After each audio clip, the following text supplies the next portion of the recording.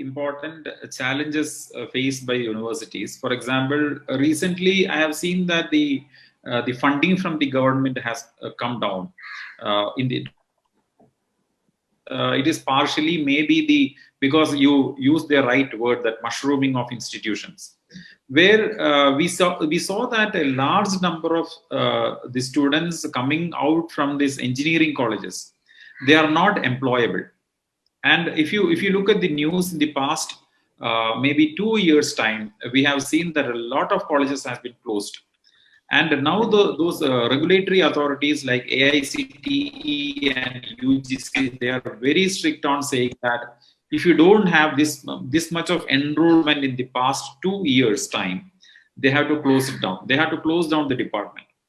And the fundamental fact is that the students who are coming out from the colleges, naturally they have to depend on the industry. Because whatever, see, from a parent's point of view, there is something called as return of investment. For example, if a parent is investing on a student or on his child for BTech program, maybe he will end up with spending lakhs. And what is the time that he can get it back? And it depends on the placement offered by the university. And the placement will happen only if the students are skilled. Because there was a day, there were times when Infosys, TCS and CTS, they used to come and they used to just recruit the students like anything, maybe mass recruitment. We used to call mass recruitment, but now it is not happening. The companies are so choosy that they will go through each and every candidate, every student, to make sure that they are able to solve the problems given by the companies. So that makes it very, very important that the student, the output, when you, Priyanka was talking about the input. So the school gives us the input for the higher education sector. The school is giving the input, and higher education sector is giving the output to the industry. So finally they go to industry. And let me just ask a critical question. How many of our students are willing to become teachers? Because we find we find it very hard to recruit very good candidates for teaching, because the reputation of an educational institution will ultimately depend on the teaching faculty, right? The faculty is the core.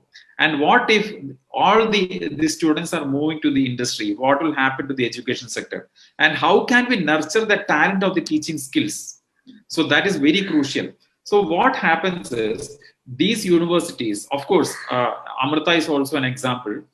Amrita or any premier institution in the country, they will have to depend on the industry only, because ultimately their products are taken by the industry, and we have to make sure that the students are skilled enough to get recruited, and then only the parents are happy, then only the students are happy, then only we will get more and more students joining the institution. So ultimately it is a partnership between the industry and the academia. So we already have a separate department set up. And how we inculcate those values. So when we come to the values, we have to first teach at least the basic manners, the basic ethics, the basic principles. So that is very crucial now. So even these values are also taken into consideration by the industry. When you look at an organization, nobody would want students who create problems for them, right? So how is it possible to integrate both this, that skill as well as the values? Both has to be integrated. And the biggest challenge faced by the institutions is getting the best faculty naturally to teach. And the partnership can evolve only if there is an industry support. And even if there is no government support, these institutions can survive only with the help of the industrial support, because ultimately the products are going back to the industry. So that is very, very crucial. When you talk about the private-public partnership, we have to have industry, because I know some of the projects which we have done that has been taken by the companies like L&T, TCS or Infosys, and that is part of our research output. So how far are we able to solve the problems in society with the help of the students, with the involvement of the students, and those students are taken by the industry.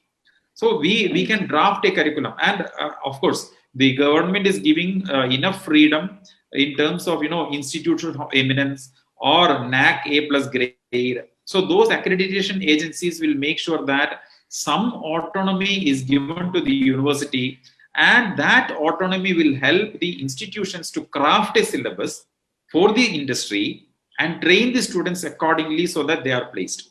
So academia and industry partnership is very, very crucial.